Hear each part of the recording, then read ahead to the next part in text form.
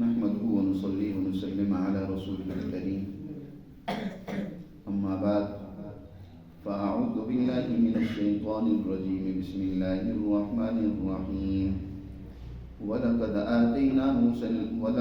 آتينا موسى وهارون الفرقان وضياء وذكرا للمتقين الذين يخشون ربهم بالغيب وهم من الساعة مشفقون وهذا ذكر مبارك أنزلناه أفأنتم له منكرون ولقد آتينا إبراهيم رشده من قبل وكنا به عالمين إذ قال لأبيه وقومه ما هذه التماثيل التي أنتم لها عاكفون قالوا وجدنا آباءنا لها عابدين قال لقد كنتم أنتم وآباؤكم في ضلال مبين قالوا أجئتنا بالحق أم أنت من اللاعبين قال بل ربكم رب السماوات والأرض الذي فطرهن وأنا على ذلكم من الشاهدين وتالله لأكيدن أصنامكم بعد أن تولوا مدبرين فجعلهم جزادا إلا كبيرا لهم لعلهم إليه يرجعون قالوا من فعل هذا بآلهتنا إنه لمن الظالمين قالوا سمعنا فتى يذكرهم يقال له إبراهيم قالوا فأتوا به على أعين الناس لعلهم يشهدون قالوا أأنت فعلت هذا بآلهتنا يا إبراهيم قال بل فعله كبيرهم هذا فاسألوهم إن كانوا ينطقون فرجعوا إلى أنفسهم فقالوا إنكم أنتم الظالمون ثم نكسوا على رؤوسهم لقد علمت ما هؤلاء ينطقون قال فتعبدون من دون الله ما لا ينفعكم شيئا ولا يضركم أف لكم ولما تعبدون من دون الله أفلا تعقلون قالوا حرقوه وانصروا آلهتكم إن كنتم فاعلين قلنا يا نار كوني بردا وسلاما على إبراهيم وأرادوا به كيدا فجعلناهم الأخسرين ونجيناه ولوطا إلى الأرض التي باركنا فيها للعالمين صدق الله العظيم. سورۃ الانبیاء کی یہ آیات مبارکہ ہیں. اس سورہ مبارکہ میں اللہ سبحانہ و تعالی نے آغاز میں ہی اس حقیقت کو واضح کی ہے کہ لوگوں کے حساب کا وقت قریب آ چکا ہے، لیکن لوگوں کا حال یہ ہے کہ وہ غفلت میں مبتلا ہے. اس کی تفسیر میں یہ بات بیان ہوئی تھی کہ حساب انسان کا 4 مواقع میں ہوتا ہے. سب سے پہلے حساب انسان کا دنیا میں ہوتا ہے. بہت سارے اعمال کا حساب انسان کو دنیا میں ہی دینا پڑتا ہے، جس کا تذکرہ اگلی آیات میں اللہ سبحانہ و تعالیٰ نے ان الفاظ میں کیا وَكَمْ قَصَمْنَا مِنْ قَرْيَةٍ كَانَتْ ظَالِمَةً وَأَنشَأْنَا بَعْدَهَا قَوْمًا آخَرِينَ. کتنی ایسی جماعتیں اور قومیں دنیا میں گزر چکی ہیں کہ جنہیں ہم نے توڑ کر ریزہ ریزہ کر دیا اور ان کی جگہ پر پھر دوسری قوموں کو ہم نے آباد کیا.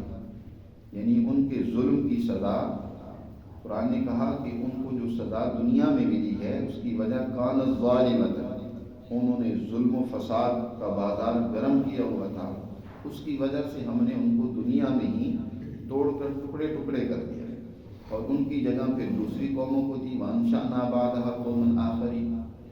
اسی طرح اللہ کا ایک عذاب برزخ میں ہوتا ہے. دنیا سے جانے کے بعد قبر یہ ایک اس برزخ کا حصہ ہے. بہت بڑا وسیع عالم ہے برزخ کا. وہاں بھی انسان کو بہت سارے جرائم اور دنیا کی برائیوں کا سامنا کرنا پڑتا ہے، اس کی سزا بھگتنی پڑتی ہے. زیادہ تر انفرادی درجے کی جو اعمال انسان کے ہوتے ہیں ان کی سزا قبر میں ہی پوری ہو جاتی ہے. اور پھر اس کے بعد تیسرا مرحلہ اور مقام جہاں انسان کو حساب و کتاب کا سامنا کرنا پڑے گا اور اس کی سزا اسے ملے گی، وہ محشر، میدان حشر میں انسانوں کو ان کے اعمال کی بقدر سزا کا سامنا کرنا ہوگا، اور پھر چوتھا مقام وہ جہنم ہے جہاں انسان کو آخری درجے کی سزا دی جائے گی۔ تو قرآن مقدس نے تفصیل سے مختلف درجوں کے اعتبار سے سزاؤں کا ذکر کیا ہے، انسانی جرائم کا ذکر کیا ہے کہ ان کی ہم سزا یقیناً دیتے ہیں۔ جو لوگ جرم کرتے ہیں، انسانیت پر ظلم و زیادتی کرتے ہیں، وہ اللہ کی سزا سے بچ نہیں سکتے۔ اسی طرح جو دنیا میں اللہ جو انسان کا رب اور مالک اور خدا ہے، اس کو چھوڑ کر اس کی ربوبیت کے مناظر انسان کے سامنے صبح و شام اللہ نے ان کو بڑی تفصیل کے ساتھ بیان کیا۔ یہ اللہ اپنے بندوں کو سمجھانے کے لیے جو اللہ نے طریقہ کار اختیار کی ہے، وہ اپنی ربوبیت کو بیان کر کے اپنی الوہیت کو ثابت کرنا ہے۔ یعنی دیکھیں اس کائنات میں اولم یروا الی الارض، کیا لوگ اولم یر الذین کفروا ان السماوات والارض کانتا رتقا ففتقناهما وجعلنا من الماء كل شیء حی افلا یؤمنون۔ اس طرح کائنات میں دیکھیں کس طریقے سے یہ آسمان و زمین، اس کا مادہ پہلے متحد تھا، اللہ نے ان کو الگ کر کے اس کائنات کے کرے اور اس کائنات کے حصے پیدا فرمائے، اور انسان کی ابتدا کس طرح پانی سے، بلکہ کائنات کی ہر چیز کی حیات اور زندگی اس نے پانی سے کس طرح جاری فرمائی، اس پر تفصیلی گفتگو پہلے ہو چکی ہے۔ یہ اس کی ربوبیت کا نظام ہے جو اس نے اس کائنات کے اندر انسانی نشو و نما اور ضروریات کی تکمیل کے لیے قائم کر رکھا ہے۔ تو اس میں انسان کو غور و فکر کی دعوت دی، فرمایا وَجَعَلْنَا فِي الْأَرْضِ رَوَاسِيَ أَن تَمِيدَ بِهِمْ وَجَعَلْنَا فِيهَا فِجَاجًا سُبُلًا لَعَلَّهُمْ يَهْتَدُونَ۔ رات اور دن کا نظام ہے، سورج اور چاند کا سلسلہ ہے، خَلَقَ اللَّيْلَ وَالنَّهَارَ وَالشَّمْسَ وَالْقَمَرَ ہر ایک کُلٌّ فِي فَلَكٍ يَسْبَحُونَ۔ تو یہ اپنی ربوبیت کو جو اس نے اس کائنات میں نظام قائم کیا ہوا ہے، اس کو بیان کرنے کے بعد اللہ نے اس انسان کو کہا کہ ذرا غور کر کے بتاؤ، کیا اللہ کے سوا بھی کوئی اور تمہارا معبود ہو سکتا ہے؟ یہ لوگوں کا حال یہ ہے، کافر انسان کا حال یہ ہے کہ ہم بذکر الرحمن ہم کافرون۔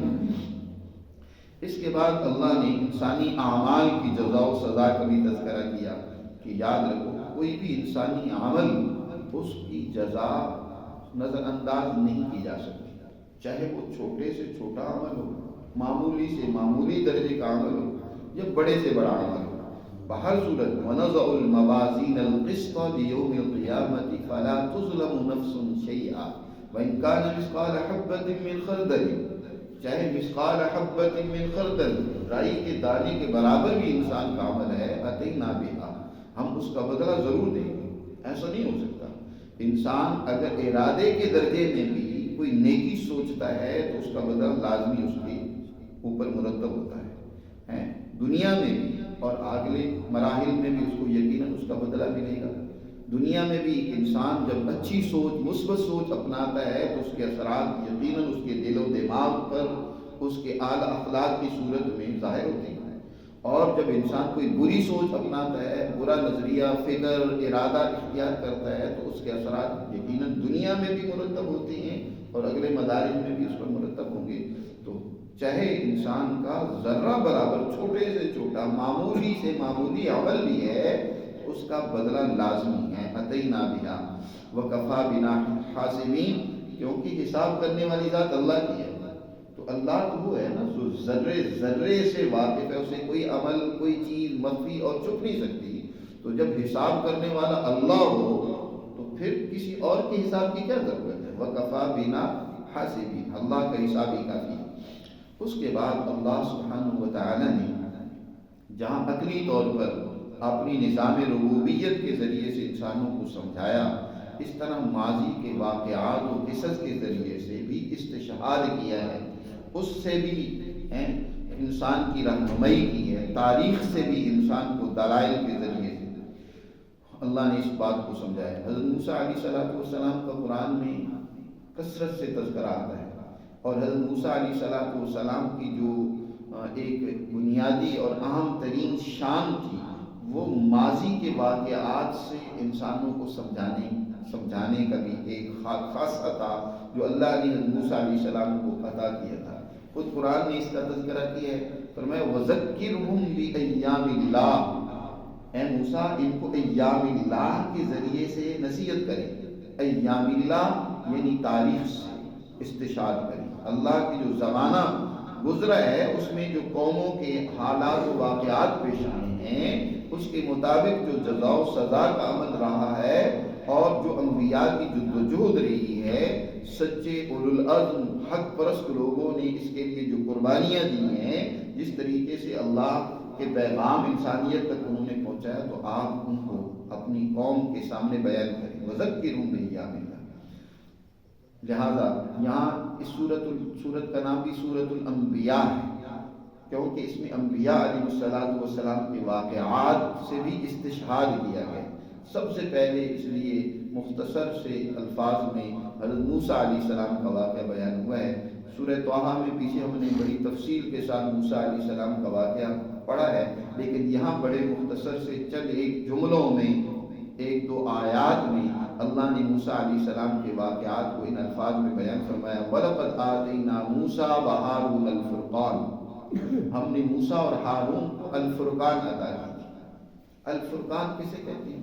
اس سوچ، اس استعداد اور صلاحیت کو الفرقان کہتے ہیں جس کی بنیاد پر انسان حق اور باطل کے درمیان، سچ اور جھوٹ کے درمیان فرق کر سکتا ہے۔ یاد رکھو یہ اللہ کی بہت بڑی نعمت ہوتی ہے، بہت بڑی اللہ کی عطا ہوتی ہے جب کسی فرد کو، کسی قوم کو اللہ یہ صلاحیت دے دیں کہ وہ حقیقت کو پہچان سکتے ہیں۔ سب سے بڑا جو قوموں کے لیے مسئلہ رہا ہے، جو سب سے بڑی گمراہی رہی ہے انسانوں کے لیے، وہ یہ ہے کہ حقیقت ان کی نظروں سے اوجھل ہو جاتی ہے۔ بس اوقات جھوٹ سچ کا رنگ اختیار کر لیتی ہے، بناوٹ اور دنیا کے اندر سچ اور باطل کی آمیزش اتنی ہو جاتی ہے کہ بہت سارے لوگ باوجود بڑی سمجھ اور ذہانت اور بہت ساری صلاحیتیں رکھنے کے، لیکن حقیقت کا ادراک نہیں کر سکتے۔ اور آج کا دور تو ویسے ہی باطل اور حق کے خلط ملط کا بہت زیادہ ہے۔ پراپوگنڈا جھوٹ کا اتنا زیادہ ہوتا ہے کہ بہت سارے لوگ اس جھوٹ کو ہی سچ سمجھنے لگ پڑتے ہیں۔ آپ سیاسی اعتبار سے دیکھ لیں، قوموں کے واقعات و احوال کے اعتبار سے دیکھ لیں، تاریخ اٹھا کر دیکھیں، جب تباہی ہو جاتی ہے اس کے بعد پتہ چلتا ہے، احساس ہوتا ہے اوہو یہ تو ہم نے غلط کام کیا۔ ایک دور تھا جہاد افغانستان کا، اتنا غلغلہ، اتنا شور، اتنا اس کا ایک مورال تھا کہ اس کے خلاف کسی کی بات سنی نہیں جاتی تھی، اور عام مجمعوں میں کیا، مدارس میں کیا، مساجد میں کیا، ہر جگہ پر رشیا کے خلاف تقریریں ہوتی تھیں، تحریریں ہوتی تھیں، ایک بہت زیادہ زور و شور تھا۔ اور اب کہتے ہیں کہ وہ تو امریکہ نے ہمیں استعمال کیا، اب خود اعتراف کر رہے ہیں کہ شیطان اعظم نے ہمیں استعمال کیا، اب آئندہ ہم کسی کی جنگ نہیں لڑیں گے۔ اس وقت تو یہ کہتے ہیں کہ اتنی تقریریں، آپ کی ساری حکومتیں، ساری فوج اس میں کردار ادا کر رہی ہے، وہ یہاں تربیت اور ٹریننگ دے کر تیار کر رہی ہے۔ بیچارے نوجوان، مذہبی نوجوان جو دین سیکھنے کے لیے آتے تھے، ان کو تیار کر کے وہ آگ کا ایندھن بنا دیا جاتا تھا۔ کس کے لیے؟ جنگ شیطان اعظم کی تھی، لڑائی اس کی تھی۔ ہمیں دھوکہ دیا گیا کہ تمہارے پانیوں پہ قبضہ کیا جا رہا ہے، یہ ہو رہا ہے، فلاں ہو رہا ہے، وہاں تو قرآن کی توہین کی جا رہی ہے۔ تو پھر کیا ہوا؟ وہاں تو کوئی مسلمان نہیں تھا، جب وہ ٹوٹا تو پتہ نہیں کتنی ریاستیں اسلام کی سامنے آ گئی کھل کر۔ تو یہ جھوٹ کا پراپوگنڈا تھا۔ تو بس اوقات جھوٹ کا پراپوگنڈا اتنا بڑھا چڑھا کر پیش کیا جاتا ہے کہ عام آدمی بھی سمجھ نہیں پاتا، سچا آدمی، مخلص آدمی بھی اس کے دھوکے کا بس اوقات شکار ہو جاتا ہے۔ اور اسی طرح اب دیکھ لیں، اب بھی اسی طرح شام میں اور پتہ نہیں کہاں کہاں فساد ہو رہے ہیں، اس کے پیچھے شیطان آدم کی کیا سازش ہے، کیا مکر ہے، وہ عام آدمی بس اوقات نہیں سمجھتا۔ مخلص آدمی تو زیادہ اپنے اخلاص کی بنیاد پر دھوکہ کھا جاتا ہے۔ اس لیے فرقان ایک وہ صلاحیت ہوتی ہے، اس لیے حضور صلی اللہ علیہ وسلم دعا مانگا کرتے تھے، اللہم ارنا الحق حقا وارزقنا اتباعہ وارنا الباطل باطلا وارزقنا اجتنابہ۔ اے اللہ، حق کو جو حقیقت ہے، سچائی ہے، وہ ہمیں دکھلا دے۔ سچائی کس میں ہے، حقیقت کہاں ہے، اور حقیقت کو جب انسان پا لے تو پھر اس کے پیچھے اپنے آپ کو قربان کر دے۔ باطل اور جھوٹ کو پہچاننا یہ انسان کے لیے بہت بڑا اللہ کا عطیہ ہوتا ہے۔ اسی لیے انبیاء علیہ السلام ہمیشہ اس کی دعائیں کیا کرتے تھے کہ اللہ حقیقت اور باطل کی پہچان اور شناخت ہمیں نصیب فرما۔ اور اللہ نے بھی حضور صلی اللہ علیہ وسلم کو یہ فرقان عطا فرمایا، جس کا پیچھے سورہ انفال میں بھی تذکرہ ہوا ہے کہ ہم نے آپ کو فرقان عطا فرمایا، یعنی آپ فوراً پہچان لیتے ہیں کہ یہ جو بات کرنے والا بات کر رہا ہے اس کے پیچھے کیا سیاست ہے، اس کے پیچھے اس کے کیا مقاصد ہے۔ بظاہر یہاں آپ اپنی پارٹیوں کو بھی دیکھیں گے، یہاں کر بڑے راگ الاپے کے، عوام کی ہمدردی کے، جی کبھی ریاست مدینہ کے نام پر آئیں گے، کبھی اس عنوان سے آئیں گے کہ ہم جو آ کر جو قوم کے لیے بجلی سستی کر دیں گے، بجلی کا بل اور ٹیکسز ختم کر دیں گے، ہم یہ کر دیں گے، ہم دودھ کی نہریں بہا دیں گے، ہم عوام کے مسائل حل کریں گے۔ یہ جتنی پارٹی ہیں آ کر عوام کو سبز باغ دکھانے کی کوشش کرتے ہیں، اور عوام ہے کہ ان کے پیچھے جاتی ہے، اپنے آپ کو قربان کرتی ہے، لیکن مقاصد ان میں سے ہر ایک کی کیا ہوتی ہے؟ اپنا اقتدار، اپنی حکومت، اپنے مفادات۔ اور جب ان کو حکومت مل جاتی ہے وہ سارے وعدے دھرے کے دھرے رہ جاتے ہیں۔ تو پہلے دھوکے میں کیوں آئے بھائی؟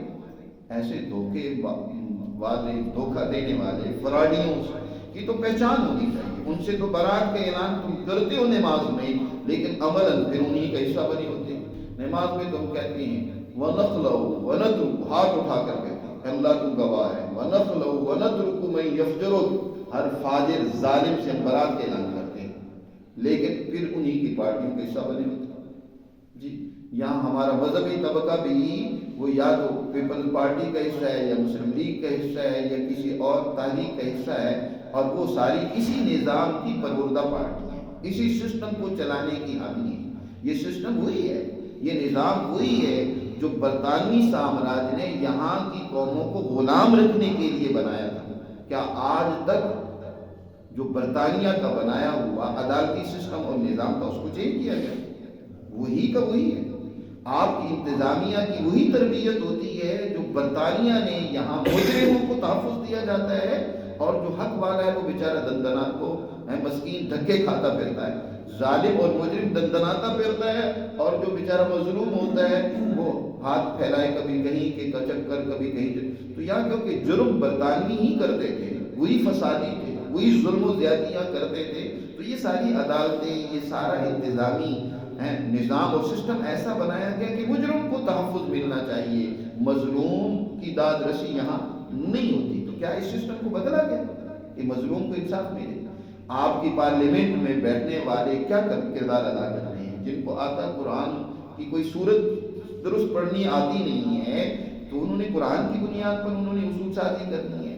جنہیں خلفائے راشدین کے دور کا نہ سیاسی نظام پڑھایا جاتا ہے، نہ معاشی سسٹم پڑھایا جاتا ہے، کچھ بھی اس سے ان کو واقفیت نہیں ہوتی ہے، تو وہ آ کر یہ کیا قانون سازی کریں گے؟ اپنے مفاد کی قانون سازی کریں گے عوام کے حق میں، یا قرآن کے اصولوں کو سامنے رکھ کر قانون سازی نہیں ہوتی۔ تو یہ باطل پرست عوام میں آتے ہیں تو یہ ہم لوگ ہی ان کا حصہ بن رہے ہوتے ہیں نا، اور کون بن رہا ہوتا ہے؟ تو یہ کمزوری ہے کہ فرقان کی محرومی، کہ انسان کے اندر فرقان کی صلاحیت و استعداد نہیں ہوتی۔ نبی کریم صلی اللہ علیہ وسلم نے ایک مومن کے بارے میں فرمایا کہ مومن صاحب فراست ہوتا ہے، اتقوا فراست المومن فإنہ ینظر بنور اللہ، اللہ اس کو وہ نور فرقان عطا کرتے ہیں جس کی وجہ سے وہ حقیقت کا ادراک کر لیتا ہے، سچائی کو پہچان لیتا ہے، اس کی سمجھ بڑی وسیع، وہ بڑا باشعور ہوتا ہے۔ اور یہ بھی بڑی عجیب آج ایک بات پھیلا دی گئی ہے کہ انسان جو ہے نا، اس کے ذہن میں، مذہبی طبقے میں ذہن میں یہ ڈالا جاتا ہے کہ دیکھو قرآن، دین، اس کا عقل سے کوئی تعلق نہیں ہے، لینا دینا نہیں ہے، بس وہاں اندھی تکلیف پیدا کی جاتی ہے۔ یہ سب سے بڑی حماقت ہے۔ قرآن یا دین سے زیادہ عقل کی بات کوئی نہیں کرتا۔ یہ تو دین فطرت ہے، یہ انسانی عقل کو مطمئن کرتا ہے۔ جگہ جگہ انسان کو قرآن مخاطب کرتے ہوئے کہتا ہے کہ یہ تمہارے سامنے احکامات بیان کیے جا رہے ہیں لعلکم تعقلون، تاکہ تم میں عقل پیدا ہو جائے، لعلکم تشعرون، تم میں شعور آ جائے، سمجھ آ جائے۔ کوئی ایک مسئلہ دین کا ایسا بتائے جو خلاف عقل ہو، ایک مسئلہ بھی ایسا نہیں ہے جی۔ تو اس کو خلاف عقل کہنا اور یہ کہنا کہ اس میں سوال نہ کیا جائے، یہ تو ہماری کوتاہی تو ہو سکتی ہے کہ ہم نے اس کو سمجھا نہیں اس درجے میں، ہمیں سمجھ نہیں آ رہی، تو یہ کہنا کہ وہ دین کے خلاف ہے، عقل کے خلاف ہے، یہ ایک بودا پن ہے۔ تو بہر صورت اللہ نے حضرت موسیٰ اور ہارون کے بارے میں کہا کہ ہم نے ان کو بھی الفرقان عطا کیا تھا، یعنی وہ صلاحیت و استعداد دی تھی جس کی بنیاد پر حق و باطل کے درمیان فرق کر سکتے تھے۔ یہی وجہ ہے اب ہارون علیہ السلام ان کے پاس صلاحیت و استعداد ہے، انہوں نے فوراً سمجھ لیا کہ یہ سامری نے جو بچڑا بنایا ہے یہ سراسر تباہی و بربادی کا باعث ہے۔ سورہ طٰہٰ میں بڑی تفصیل سے اس پر بات ہو چکی ہے، لیکن سامری نے ایک ایسا جادوگری دکھلائی کہ قوم کا ایک بڑا حصہ جو ہے اس کے ان باتوں میں آ کر اس بچڑے کی پوجا پاٹ میں لگ گیا، اسی کو اپنا معبود سامری کو لیڈر بنا لیا اور اسی بچڑے کی پوجا پاٹ میں لگ گیا۔ اب وہ بھی بنی اسرائیل کے لوگ ہیں، وہ بھی یعنی مسلمان ہیں اس دور کے، لیکن غلطی کھا گئے۔ کہاں ایک طرف ہارون علیہ السلام سمجھا رہے ہیں اور کہاں جو ہے وہ سامری جادوگر کے پیچھے لگ کر انہوں نے اسی کو لیڈر بنا کر غلط راستہ چن لیا۔ اس لیے فرقان جن کے پاس نہیں ہوتا وہ گمراہی میں مبتلا ہو جاتے ہیں۔ تو اللہ نے حضرت موسیٰ اور ہارون کو فرقان عطا فرمایا، ایک بات ذکر کی، دوسری فرمایا وَضِيَاءً، اور ہم نے ان کو وحی کی روشنی عطا کی۔ اللہ نے کتاب تورات جو ان کو دی تھی حضرت موسیٰ علیہ السلام کو، وہ ضیاء تھی، وہ ایک نور تھا، وہ ایک روشنی تھی جس کی رہنمائی میں وہ دنیا میں ترقی کر کی انہوں نے، اور دنیا کے اندر انہوں نے اپنے مسائل حل کیے، انسانیت کی رہنمائی کی۔ تو وہ ضیاء، وہ ایک اللہ کا نور تھا، ایک اللہ کی طرف سے اتری ہوئی روشنی تھی۔ وَذِكْرًا لِلْمُتَّقِينَ، اور اسی طرح نصیحت تھی ان لوگوں کے لیے جو اللہ سے ڈرنے والے تھے، اللہ سے ڈرنے والوں کے لیے اس میں بڑی نصیحت تھی۔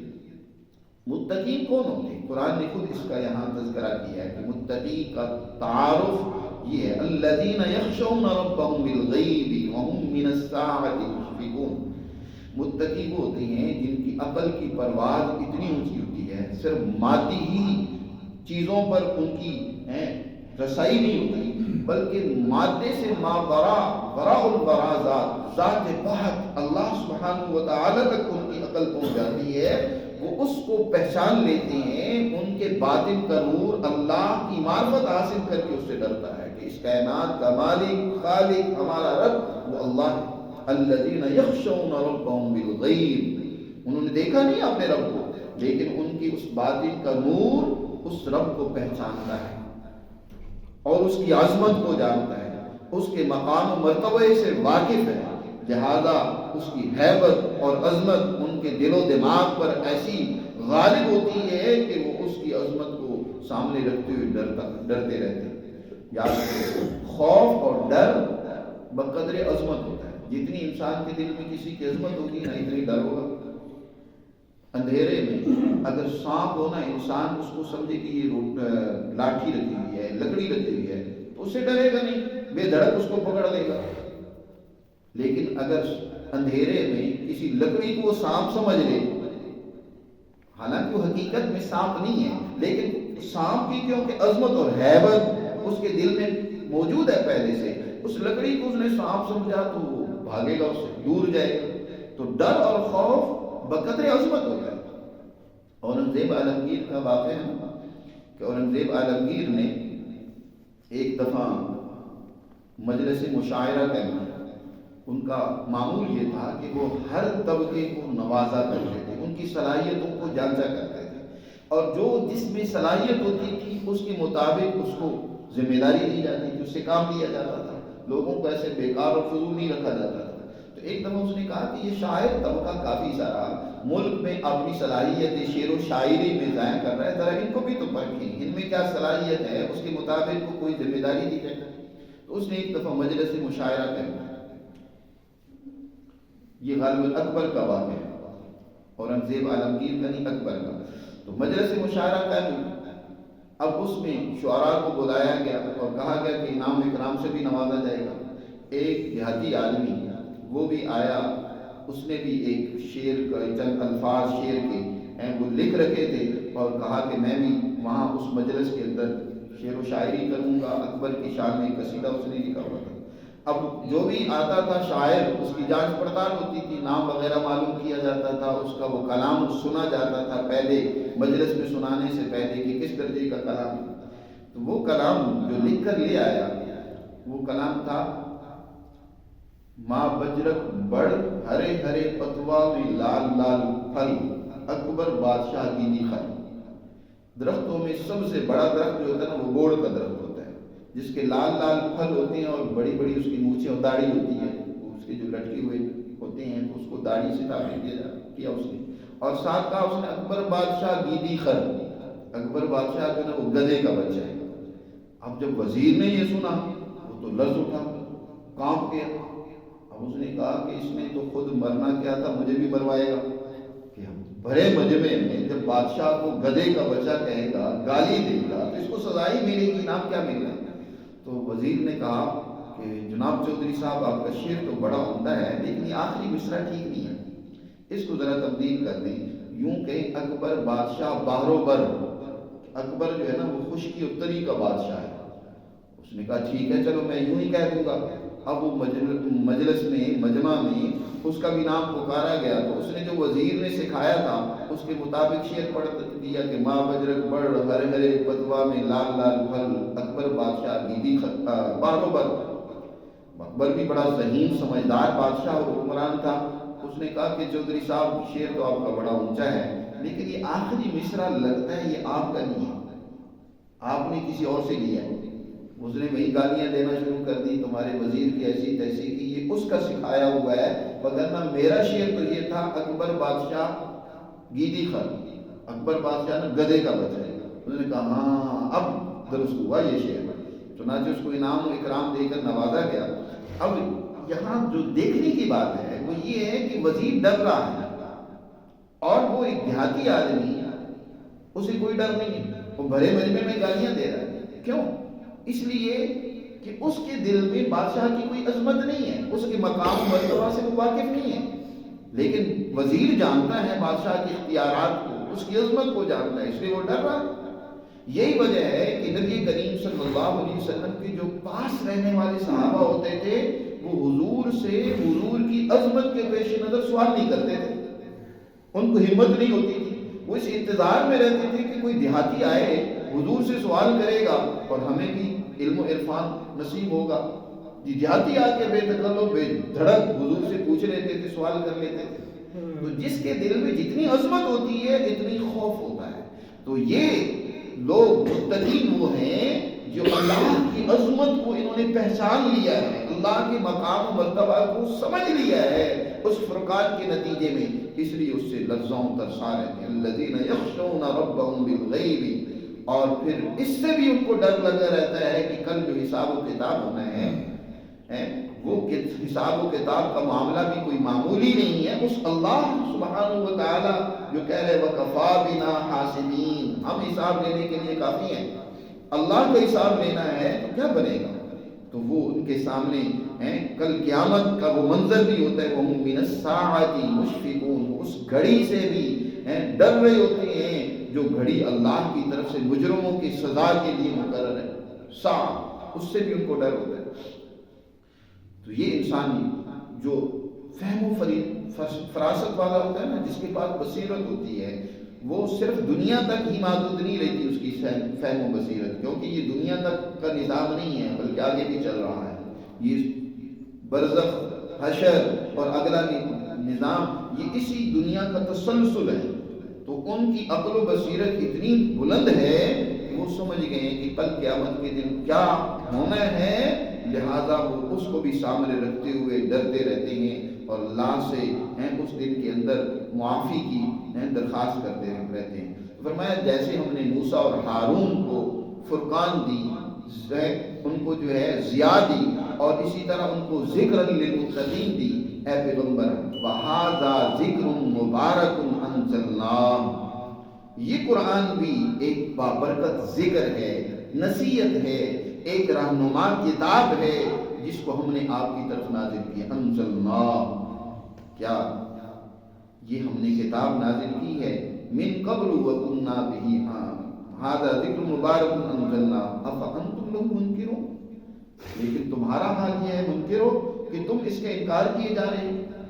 یہ بابرکت، یہ فرقان پیدا کرنے والا انسانی دماغوں میں یہ انسانوں کے لیے نصیحت کتاب ہم نے تمہاری طرف نازل کی، لیکن تم ہو کہ اس سے بھاگے جا رہے ہو، اس سے راہ فرار اختیار کر رہے ہو، اس کا انکار کیے جا رہے ہو۔ افانتم لہو منکرون، کیا تم انکار کر رہے ہو اس کا؟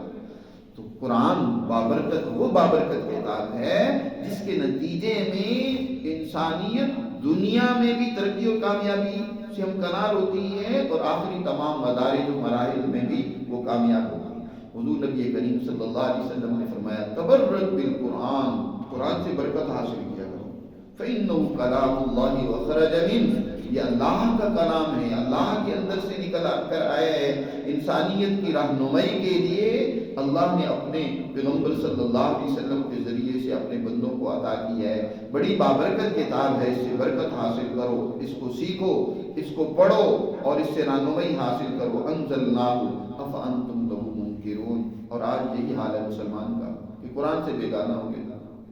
جی حضرت شیخ الہند مولانا محمود حسن رحمۃ اللہ علیہ انگریزوں کے خلاف یا جہاد حریت کے نتیجے میں، اور خاص طور پر مکہ المکرمہ میں جہاں شریف مکہ کے ذریعے سے انگریز برطانوی سامراج وہاں اس نے شرارتیں کر رہا تھا، وہاں خلافت عثمانیہ کے خاتمے کی کوشش کر رہا تھا، اور انہوں نے فتویٰ دیا، بہت سارے مولویوں نے فتوے دیے ان کے حق میں، جیسے وہ چاہتے تھے اسی طرح فتوے دیے۔ شیخ الہند مولانا محمود حسن صاحب کو بھی کہا گیا، انہوں نے انکار کر دیا کہ نہیں، میں فتویٰ نہیں دے سکتا انگریز کے حق میں۔ جی جو خلافت عثمانیہ یہاں قائم ہے وہی ٹھیک ہے، اب یہاں جو عربوں کی خلافت قائم کرنے کی کوشش کی جا رہی ہے، اس کے پیچھے سامراجی مقاصد ہے، میں اس کا حصہ نہیں بن سکتا۔ اس جرم میں ان کو گرفتار کر کے مالٹا کی جیل میں ڈال دیا گیا، 3 سال تک وہاں قید و بند کی صعوبتیں انہوں نے برداشت کی۔ وہیں انہوں نے قرآن مقدس کا ترجمہ کیا، تفسیر عثمانی کے نام سے جو موجود ہے۔ تو حضرت جب وہاں سے رہا ہو کر آئے تو جو سب سے پہلی تقریر حضرت کا بیان ہے، اس میں حضرت نے فرمایا کہ میں نے قوموں کے زوال اور تباہی و بربادی پر بہت غور کیا ہے، میں اس نتیجے پر پہنچا ہوں کہ آج ہماری قوم، آج مسلمان جماعت جو تباہی و بربادی سے دوچار ہے، اس کے 2 بڑے سبب ہیں۔ ایک سبب آپس کی فرقہ واریت، جھگڑے ہیں، آپس کی لڑائیاں اور نفرتیں ہیں، اور دوسرا قرآن مقدس سے دوری ہے۔ آج قوم قرآن سے دور ہو گئی ہے، اس وجہ سے آج وہ زوال کا شکار ہے، اور اللہ بھی یہی بات کہہ رہے ہیں وَهَذَا ذِكْرٌ مُبَارَكٌ أَنزَلْنَاهُ أَفَأَنتُمْ لَهُ مُنكِرُونَ، میں نے تو یہ بابرکت ذکر تمہیں دیا تھا کہ تمہاری زندگیوں میں برکت پھیل جائے، تمہاری زندگیاں پر لطف ہو جائیں، پر سکون ہو جائیں، بہترین ہو جائیں۔ برکت کا مطلب یہی ہوتا ہے نا کہ انسان کی زندگی میں ایسا سکون آ جائے، اطمینان آ جائے کہ اس کی ساری پریشانیاں، اس کی ساری تکلیفیں ہیں وہ اس کی ختم ہو جائیں، راحت اور امن، عدل اور خوشحالی اسے نصیب ہو جائے۔ لیکن تم اس برکت کو حاصل ہی نہیں کرنا چاہتے، تم اس کے منکر بنے ہوئے ہو۔ فَأَنتُمْ لَهُ مُنكِرُونَ، جی تمہارا حال یہ ہے کہ تم اس کو چھوڑے ہوئے ہو۔ تو اللہ سبحانہ و تعالیٰ نے یہاں حضرت موسیٰ علیہ السلام کا واقعہ ذکر کیا ہے، اگلی آیات میں حضرت ابراہیم علیہ السلام کے واقعے سے استشہاد کیا ہے، وہ قدر تفصیل سے اللہ نے یہاں بیان کیا ہے۔ اب وقت زیادہ ہو چکا ہے، انشاءاللہ آئندہ درس میں اس پر بات کریں گے۔ اللہ ہمیں سمجھ